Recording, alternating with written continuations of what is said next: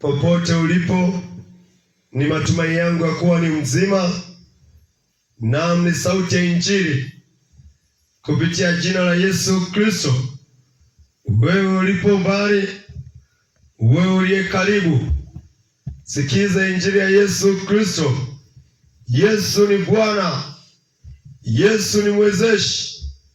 Yeye anaweza zidi ya kuweza. Hivyo tendelea kumnena huyu Yesu, akapate kuokoa watu wake, akapate kujalia watu wake. Takuwa na kitabu hapa, kitabu cha Yohana Mtakatifu. Habari za leo, ujumbe wa leo ni habari ya kuzaliwa mara ya pili.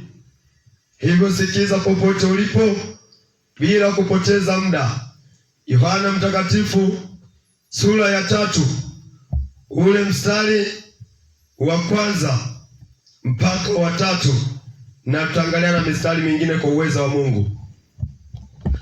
Basi palikuwa na mtu mmoja wa Mafarisayo, jina lake Nikodemo, mkuu wa Wayahudi. Huyu alimjia usiku, akamwambia, Rabi, twajua ya kuwa mwalimu umetoka kwa Mungu, kwa maana hakuna mtu awezaye kuzifanya ishara hizi uzifanyazo wewe, isipokuwa Mungu yu pamoja naye. Mstari wa 3, Yesu akajibu akamwambia, Amini, amini nakwambia, mtu asipozaliwa mara ya pili hawezi kuona ufalme wa Mungu. Amini, amini nakwambia, mtu asipozaliwa mara ya pili hawezi kuona ufalme wa Mungu. Hayo ni maneno ya Mwokozi wetu Yesu Kristo. Anasema na sisi, anasema na makutano, ananikumbusha ya kwamba kupo kuzaliwa mara ya pili ili tukapate kuiona mbingu. Mbinguni hakutaingia damu na nyama. Mbinguni kitaingia kilichozaliwa mara ya pili, kule kuzaliwa kwa Roho, kule kuzaliwa kwa Roho Mtakatifu.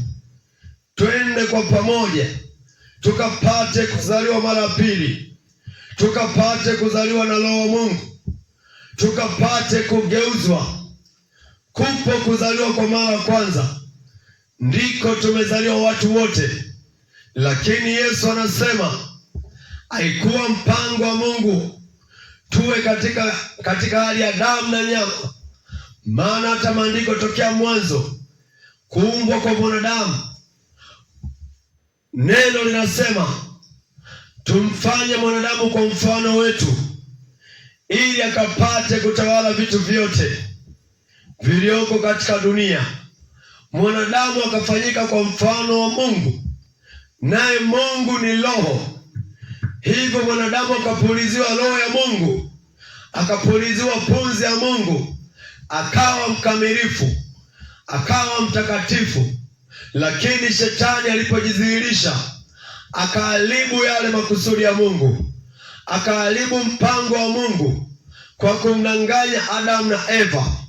Nao walipodanganyika, ikapata kuzaliwa katika mwili kwa kutenda dhambi, wakawa ni watu wa jinsi ya mwili. Hivyo ule mpango wa kuwa katika Roho wakawa wamefarakana na Mungu, ndipo wakajaribu na kukimbia hata Mungu.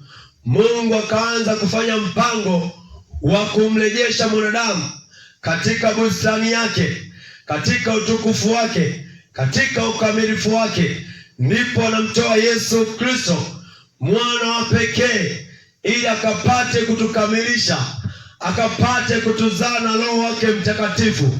mwanadamu akapate kuzaliwa mara ya pili, ili akapate kuenenda na Mungu. Maana mwili hautaingia mbingu, mwili hautaiona mbingu. Anasema kilichozaliwa kwa mwili ni mwili, na kilichozaliwa kwa roho ni roho. Mwanadamu umezaliwa kwa mwili, inapasa ukazaliwe katika roho, ili ukapate kumwona Mungu. Mungu pekee kupitia jina la Yesu Kristo ndiyo anafanya mpango wa kuweza kumzaa mtu mara ya pili. Dhehebu letu, dini yetu haiwezi kumzaa mtu mara ya pili. Ni lazima kakutane kwanza na Yesu Kristo. Hatuwezi tukazaliwa na Roho wa Mungu katika jina lingine ambalo si jina la Yesu Kristo. Ndipo huyu Nikodemu alikuwa ni mkuu, alikuwa ni mwalimu wa dini, alikuwa ni mwalimu wa madhehebu, alikuwa anaheshimika Israeli nzima. Lakini alipoisikia Injili ikamchoma, akamfuata Yesu usiku, akasema, Rabi, maana yake mwalimu, twajua ya kwamba wewe watoka kwa Mungu, maana mtu wa kawaida hawezi akatenda miujiza unayoitenda. Niambie sasa, inakuweje? Ndipo Yesu anamweleza, anasema, hakika Nikodemu, ninakwambia, amini amini ninakwambia, ya kwamba mtu asipozaliwa mara ya pili, hawezi kuona ufalme wa Mungu. Kuko wapi kuzaliwa mara ya pili? Kuzaliwa mara ya pili ni kwa namna gani? Sikiza kwa makini sana, usije ukapotoka. Sikiza kwa makini sana. Injili ya Yesu Kristo ndiyo itatuweka sawa sawa. Injili pekee ya Yesu Kristo ndiyo itatujuza mtu akapate kuzaliwa mara ya pili. Mtu aweze kuzaliwa mara ya pili. Ondoka katika uchafu, ondoka katika matendo mabaya. Hautaenda mbinguni na huo mwili, hautaenda mbinguni na damu na nyama. Ni lazima tukapate kuzaliwa mara ya pili, tukapate kumwamini Yesu Kristo. Yeye ndiyo njia, yeye ndiye anayetuongoza, yeye ndiye anashusha Roho wake ili watu wakapate kuzaliwa mara ya pili. Pasipo Roho wa Mungu hakuna kuona ufalme wa Mungu. Pasipo Roho wa Mungu pekee hatuwezi kwenda mbinguni. Ni lazima tukaweze kuzaliwa mara ya pili. Ni lazima, maana Yesu amesema ni lazima. Hakika itakuwa ni lazima kama ukufundishwa hivyo, ukapate kunyenyekea na Bwana akapate kuzaa katika Roho wake Mtakatifu, ili ukafanyike kwa mfano wa Mungu, Maana alisema tunamuumba mwanadamu kwa mfano wetu, na kwa mfano wa Mungu mwanadamu akapata kuumbwa.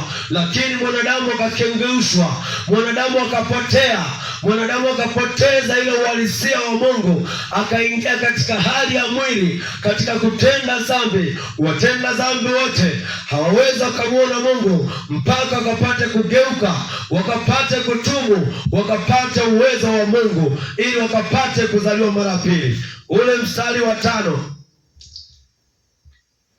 Yohana 3 mstari wa 5, mstari wa 6, kilichozaliwa kwa mwili ni mwili, na kilichozaliwa kwa roho ni roho. Sisi sote tuko katika kuzaliwa mara kwanza. Kuzaliwa mara kwanza kwatokana na Adamu wa kwanza. Adamu wa kwanza akatenda dhambi, wote tukahesabiwa tumetenda dhambi. Ndivyo anena maandiko, si akili za mwanadamu wala si mapokeo. Maandiko yanaweka wazi ya kwamba Adamu wa kwanza alipotenda dhambi, watu wote wakahesabika kuwa wametenda dhambi. Hivyo tu mtoto anapozaliwa anakuwa na asili ya dhambi ya kutoka kwa Adamu wa kwanza, kama isemavyo Zaburi 51 ule mstari wa 5 inaweka wazi ya kwamba tunazaliwa katika asili ya dhambi. Usije ukapotoka unayesema watoto ni malaika. Watoto sio malaika. Watoto wamezaliwa katika mwili. Watoto wote wanazaliwa katika mwili. Kilichozaliwa na mwili ni mwili, kilichozaliwa na roho ni roho. Hivyo malaika hazaliwi katika mwili, lakini Mungu pekee ndiye anayemzaa mtu katika roho. Unazaliwa katika roho kwa habari ya Injili pekee, kwa kumwamini Yesu Kristo. Tukapate kumwamini Yesu Kristo akapate kutuzaa mara ya pili. Nikodemo akajaribu kujibaraguza ya kwamba inawezekaneje mimi niliye mzee, je, nitaweza kurudi tena katika tumbo la mama yangu ili nikapate kuzaliwa? Yesu anajibu, anasemaje? Anasema ule mstari wa 8, anasema upepo uvuma upendako, na sauti yake waisikia, lakini hujui unakotoka wala unakokwenda. Kadhalika na hali yake kila mtu aliyezaliwa kwa Roho. Kuzaliwa kwa Roho ni kwa yeye aliyetubu dhambi, akamwamini Yesu Kristo, akamwamini Yesu Kristo. Siyo hitaji lake kwamba sasa inazaliwa kwa Roho. Yesu anatoa mfano ya kwamba upepo unavuma na tunausikia, lakini hatuelewi ulikotoka wala hatuelewi unakoenda. Ghafla tunaona tunatikisa majani na tunatambua huo ni upepo. Ndipo kupa kuzaliwa kwa Roho kwa yeye amwaminie Yesu Kristo, yeye aliyetubu dhambi zake. Wakati wa kuzaliwa kwa Roho Mtakatifu, wakati kwa kujazwa kwa Roho Mtakatifu kunakuja kama upepo, pasipo kutarajia, pasipo kujua. Upepo ukavuma kama maandiko yanavyosema katika kile kitabu cha Matendo ya Mitume 2 ule mstari wa 1, anasema hata ilipotimia siku ya Pentekoste, wote walikuwa wamekusanyika mahali pamoja. Ghafla upepo ukatoka juu mbinguni, ukavuma, ukaijaza ile nyumba. Roho wa Mungu akawakalia juu yao. Wote wakaanza kunena kwa ndimi, wote wakaanza kunena kwa ndimi tofauti. Wakakuta ni hali kama kushangaza, wakapata nguvu ya Mungu ile itokayo juu mbinguni. Wakaanza kunena kwa ujasiri, wakaanza kunena lugha zingine ambazo hata hawakujifunza mashuleni kwao, ambazo hata hawakuzisomea. Ni kwa sababu uwezo wa Mungu ule uwezao kumzaa mtu katika Roho ukawaingia. Ukimwamini Yesu Kristo, unaendelea kumtumaini yeye, unaendelea kubisha, inakuja kama upepo, inakuja kama upepo, unakujalia juu yako. Roho wa Mungu anatia ndani yako, Roho wa Mungu anapata kuzaa mara pili. Lakini chanzo chake kwanza ni kuamini Yesu Kristo.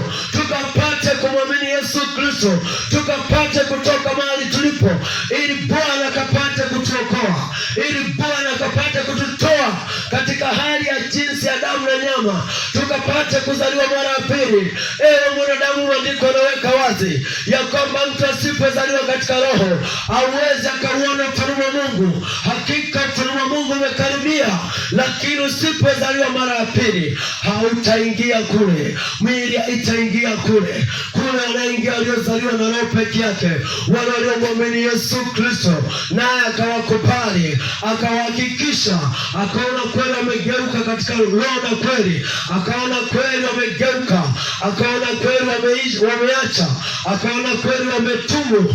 Mungu anasema hata waonea haya kuwaita ni ndugu zake, atawafanya kwa watoto wake, kama maandiko yalivyosema ya kwamba wote waliompokea ndipo akawafanya kuwa watoto wake, ndipo akawazaa mara ya pili. Hatuwezi kuwa watoto wa Mungu tusipozaliwa mara ya pili. Usipozaliwa mara ya pili unakuwa tu ni mtu wa Mungu, kama maandiko yalivyosema ya kwamba atazaliwa mwana utamuita Yesu, maana yeye ndiye atakayewaokoa watu wake na dhambi zao. Asemi watoto wake, anasema watu wake na dhambi zao. Wote ni watu wa Mungu, lakini wana wa Mungu ni wachache. Wana wa Mungu ni wale tu walioteuliwa, wale walioteuliwa na Mungu, wale waliomwamini Mungu, wale waliomwamini Mungu, waliojikana na mambo ya dunia, waliojikana na mambo ya dunia, waliogeuka, walioona kwamba dhambi ni mbaya, walioona ya kwamba hii dhambi itaniua, hii dhambi itaniteketeza, wakamwamini Yesu Kristo kwa mikono miwili, ndipo akapata kuzaliwa mara pili, ndipo akapata kuzaliwa mara pili. Dini zetu haziwezi kutuzaa mara pili, ni neno pekee, neno pekee. Twendeni tukalipate neno, tukapate kuzaliwa mara pili. Twendeni tukawa wafuasi wa neno, tukapate kuzaliwa mara pili. Tukiwa wafuasi wa dini, tukiwa wafuasi wa madhehebu, hatutazaliwa mara pili. Huyu Nikodemo alikuwa ni mwalimu wa sheria, ni mwalimu. Biblia inasema alikuwa ni Farisayo, alikuwa anaogopeka, lakini kumbe hana roho wa Mungu ndani yake, hajapata kuzaliwa mara pili. Lakini aliposikia Injili akasema, hata kama ni mchana sitaenda, nitaenda usiku ili nisionekane na wenzangu. Ikawa ni kigezo, lakini shida yake ilikuwa nataka mjue huyu Yesu ni wa namna gani. Na Yesu akamjuza, akasema, wewe umekuwa mwalimu, umekuwa mwalimu kwa muda wote huu, haujui ninayoyanena. Ninakuambia asubuhi ya leo ya kwamba umekuwa katika mwanadini, umekaa miaka mingi, umesali, unasema mimi niko na dini, lakini Injili inasemaje? Inasema usipozaliwa mara pili hakuna kuona ufalme wa Mungu. Jichunguze mwenye moyo wako. Je, umepata kuzaliwa na Roho? Usipozaliwa na Roho, ukapate kuzaliwa na Roho, ukapate kumwamini Yesu Kristo, ukapate kutubu, angali neema bado ipo. Neema pekee ndio inatuleta katika kuzaliwa mara pili. Utajueje kuwa umezaliwa mara pili? Nalo ni swali. Utajueje? Matendo yako yatakuonesha wewe umezaliwa mara pili au bado. Yesu alisema wengi wataibuka watakuwa ni wahubiri kama ilivyo sasa. Wengi watakuwa ni walimu. Wengi watasema Bwana Bwana. Kila siku watahubiri, pengine watasema sisi tumeokoka. Anasema lakini kwa matunda yao mtawatambua. Matunda nayo yatoka, yani matendo, yani tabia, zitakujulisha huyu mtu amezaliwa mara ya pili aidha bado. Yesu alipokutana na wale waliojiakishia ya kwamba wao ni ukoo wa Ibrahimu, wao hawajazaliwa katika zinaa, wao ni wana wa Ibrahimu. Ukisoma kile kitabu cha Yohana 8 ule mstari wa 34, Yesu anawajibu, anawaambia, amini amini nawaambieni, mtu kila atendaye dhambi ni mtumwa wa dhambi. Hajawahi kuwa mtumwa wa haki. Yeye atendaye dhambi. Wewe unayetenda dhambi, unaanguka katika dhambi na unasema mimi sijui nilibatizwa, mimi niliokoka na miaka 5, pengine miaka 20, lakini matunda unayoyatenda ndio yanakuonesha wewe ni wa jinsi gani. Kilichozaliwa na mwili ni mwili tu. Hata ungejibaraguza, hata ungesifu, hata ungenena kwa lugha, unakumenena kwa ulimi tu, unakuwa unaabudu ni kwa ndimi tu, lakini yale matunda yako ndio ataonesha wewe umezaliwa na Kristo, wewe umeokolewa. Haitakuwa kwamba unavyosema Bwana Yesu asifiwe, hata ungeimba, hata ungekesha makanisani, lakini utakuwa ujui hati yako, utakuwa ujui haki yako, ya kwamba ipo ahadi ambayo inatupasa tukaipata wote. Maana ilinenwa katika nabii Yoeli, ile Yoeli 2:28, anasema siku za mwisho nitamimina roho wangu kwa watu wote wenye miili, wakubwa kwa wadogo. Hiyo ndio kuzaliwa kwa roho, na huko ndiko kuzaliwa mara ya pili. Hivyo ndugu yangu unayejiona unaangukia katika matendo ya mwili, haukuwahi kuzaliwa mara ya pili. Inakupasa ugeuke, inakupasa wachane na dhehebu lako, ukamtafute Yesu Kristo apate kuzaa mara pili. Nikodemo alikuwa ni mkuu wa dhehebu, akaondoka usiku ili akapate kuzaliwa mara pili, ili akapate kupokea uokovu. Madhehebu yanabebesha mizigo, yanaaminisha umeokoka, lakini wewe ndio unayejijua moyoni mwako ya kwamba je, umepokea uokovu au hujapokea uokovu? Tutaishia tu kusema mimi ni Mpentekosti, mimi ni MKKT, lakini hatufuati maandiko. Hauna mpango wa kununua Biblia, umeshika tu mimi ni Mpentekosti, mimi ni MKKT. Andiko linasemaje juu yako? Linasema usipozaliwa mara pili, hakuna Pentekosti wanaenda mbinguni, hakuna MKKT wanaenda mbinguni. Wanaenda mbinguni ni waliozaliwa katika roho pekee yao, ndio watakaomuona Bwana, wale waliomtumaini Bwana. Hakika Bwana kawafanya kwa watoto wake, hao pekee ndio watakaoenda mbinguni. Penginevyo hao mengine, hizo zingine ni janja za wanadamu, ili wakapate kula, ili wakapate kushiba. Watasema ndio ushirika wetu, sisi ndio tunafundisha kweli, sisi ndio tunafuata sijui mambo ya rohoni. Lakini ndugu yangu, maandiko yanasemaje? Yanasema asiyezaliwa mara pili, yeye ni mwizi. Endelea kusema mimi ni Msabato, mimi ni Mkristo, mimi ni Mkatoliki. Usijue neno linakutakechi, usijue Yesu anataka ufanye nini. Yesu hakuja duniani akawe na dini. Yesu hakusapoti dini lolote, dhehebu lolote. Anasema nikiwepo ulimwenguni, mimi ndio nuru ya ulimwengu, mimi ndio nuru ya ulimwengu, na mimi ndio njia, ili watu wakapate kumfuata nani? Yesu Kristo, ambaye ndio neno, tukafanyike kuwa wafuasi wa neno, ili tukaijue kweli.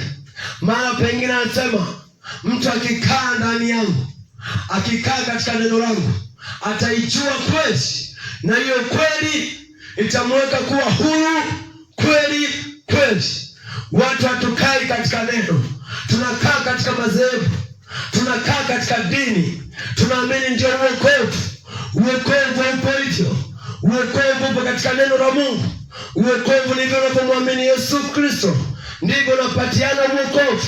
Pasipo mwamini Yesu Kristo hakuna uokovu. Pasipo enenda kama neno hakuna uokovu. Chunguza matunda yako, achana na dhehebu yako, achana na dini yako. Jiangalie moyo wako. Je, haujijui au haujui moyo wako ya kwamba huu hapa, haya yanaonitoka ni roho kweli ananituma, ni roho kweli anavuvia, ama ni akili za mwili, au ni katika kuzaliwa katika mwili?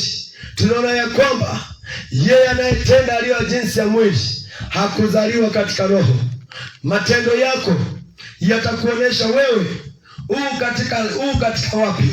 Ukiwa ni mwasherati, ukiwa ni mchafu, ukiwa ni fisadi, ukifanya ibada za sanamu, ukiwa ni mchawi, una uadui, una mgomvi, una wivu, una hasira, una fitina, una faraka, una uzushi, una usuda, una ulevi, wewe ni mlafi, na kuambia hayo sio matendo ya roho, hayo ni matendo ya mwili. Haujawahi kuokoka wewe, haujawahi kuzaliwa mara pili.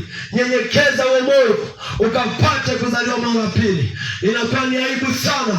Wengine wanakiri kwamba wameokoka, wanamjua Mungu lakini ni watukanaji, wanatukana hata watoto wao, wanaita hata watoto wao mbwa, wanaita hata watoto wao nguruwe. Wewe mwenyewe ni nguruwe, maana nguruwe kama mtoto ni nguruwe, alizaliwa na nani? Alizaliwa na nguruwe. Unaposema mpumbavu mtoto, wewe mwenyewe ni mpumbavu, maana ni jinsi ya mwili ndivyo na kutumikisha hivyo. Mpumbavu atazaa mpumbavu. Hebu chunguza kinywa chako kinavyonena, kinavyostamka, kinavyoongea. Angalia moyo wako unavyopandisha hasira, alafu uje uniambie ndio kuzaliwa mara pili huko. Unapiga mkeo, unatukana mmeo, eti ndio kuzaliwa mara pili huko. Acha kumfezesha Yesu, acha kudanganya.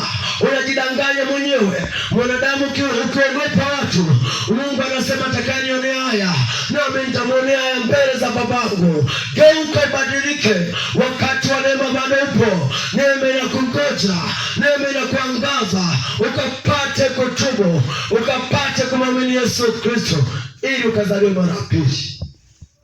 Haleluya! Popote ulipo, ninakusalimu kwa jina la Injili.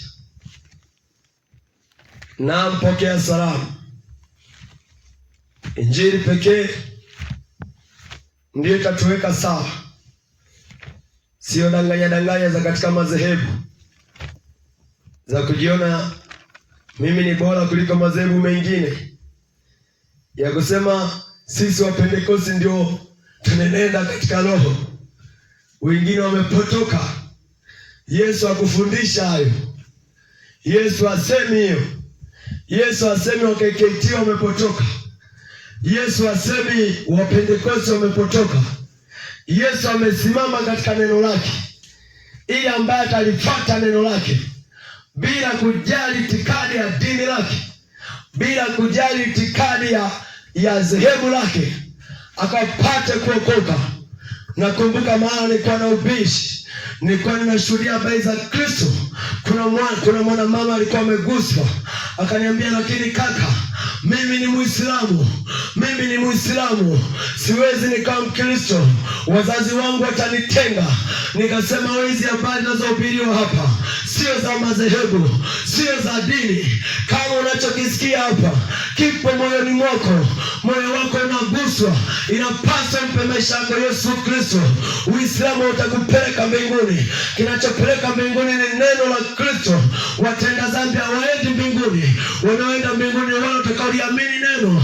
Akana hofu, akana wasiwasi, akasema, nikikubali kwa Mkristo leo, wazazi wangu watanitenga, watanifukuza, wataniacha. Nikani na mhurumia yule dada, ya kwamba ni jinsi gani madhehebu yalivyokuwa na nguvu, yalivyokuwa yameshika watu, madini yalivyokuwa na nguvu, yalivyokuwa yameshika watu. Mtu atakihubirika anajiona kabisa ni mtenda dhambi, lakini anashupaza shingo, anaanza kusema, mimi nilibatizwa nikiwa mtoto, mimi nilibatizwa nikiwa mdogo, mimi ni Mkristo, mimi nilipata kipaimara, mimi sijui kalikwenda kakarudi. Hayo kwenye Biblia hayapo.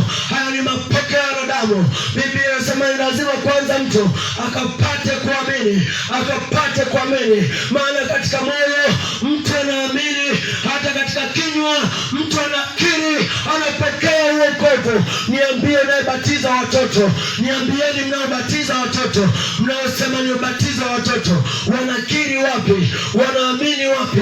Acheni uudi, acheni kupotosha. Hata ukibatiza mtoto mdogo, asipokiri, asipoamini, atakuwa ni mtenda dhambi. Ule ubatizo utamlinda kwa chochote. Kitakachomlinda mtu asitende dhambi ni lazima akapate kumpatia Yesu, akazaliwa mara pili, ndipo atakuwa ameokoka. Lakini uokovu wa madhehebu unaokoa hadi watoto, unabatiza hata watoto. Mimi ninashangaa ni kwa nini watu mmetamia madhehebu, hakuna muda kusoma neno la Mungu ya kwamba ewe mchungaji, unayoyatenda umeyatoa kitabu gani? Kama ni Agano la Kale, Yesu alikuja kulitimiza. Alisemeje kwa habari hiyo? Watu wamenyamaza, wamewachia hayo yote. Wachungaji ndio wanatenda ulilo walifikiriano, ndio wanakuja kulifanya. Wewe umelala, Mungu akapate kukuamsha. Wewe uliyelala kwa habari ya Injili, Mungu akapate kukuamsha, akapate kukuhurumia. Bila huruma ya Mungu watu hatutoki. Bila Mungu kufunua, bila Mungu anasema watu wangu wanaangamizwa kwa kukosa maarifa. Naam, tukikosa roho wa Mungu tutapelekwa. Itakuwa tunasema mchungaji amesema, mchungaji amesema. Hatusemi Yesu amesema, hatusemi neno linasema, ni mchungaji amesema, ni mchungaji. Mchungaji wako ni Yesu Kristo. Hebu changamka. Yesu anasema mkawafanya watu wote wakafanyika kuwa wanafunzi wangu. Anasema mimi ndio kichwa cha kanisa, ninyi nyote mlioko chini, mimi juu yenu ndio kichwa cha kanisa, na kanisa ni mwili wa mwanadamu. Anasema mjue kwamba miili yenu ndio hekalu la Roho Mtakatifu. Hekalu ni kanisa. Ikiwa miili yetu ndio hekalu la Roho Mtakatifu, miili yetu pekee ndio kanisa. Kichwa cha kanisa ndio Yesu Kristo. Ina maana mchungaji wa huo mwili ni Yesu Kristo, na anasema yeye ndiye mchungaji mwema. Yeye pekee. Ashukuriwe Mungu wa mbinguni, ametuangazia na mvua asubuhi ya leo. Asante sana, ni rehema zake, ni rehema zake pekee. Yeye hapagui wala pendelee. Kitabu cha mwisho kwa uwezo wa Mungu, Matendo ya Mitume, ule mstari wa 19 na mstari wa kwanza na wa pili. Ikawa nitasoma mstari wa pili, Matendo ya Mitume 19 ule mstari wa pili. Akawauliza, je, mlimpokea Roho Mtakatifu mlipoamini? Paulo akawakuta baadhi ya wanafunzi, baadhi ya warokole, baadhi ya watumishi, anawauliza, mlipoamini mlipokea Roho Mtakatifu? Hivyo kupokea Roho Mtakatifu ni kuamini pekee. Hakuna nguvu nyingine itakayokuwezesha ukapokea Roho Mtakatifu. Achana na ile ambayo anasema wanaotaka Roho Mtakatifu wapite mbele tuwaombee. Maandiko hayasemi hivyo. Maandiko hayasema aliyeamini Roho Mungu ataamuliwa juu yake. Anasema Yesu ndiye anayemimina kwa wakati wake, baada ya kujidhihirisha katika imani uliyoiamini, ndipo Roho Mungu atashuka kwako. Aaminie na kubatizwa ataokoka, asiyeamini atahukumiwa. Asante Mtakatifu, asante uliyemwezeshi. Wewe ni Bwana.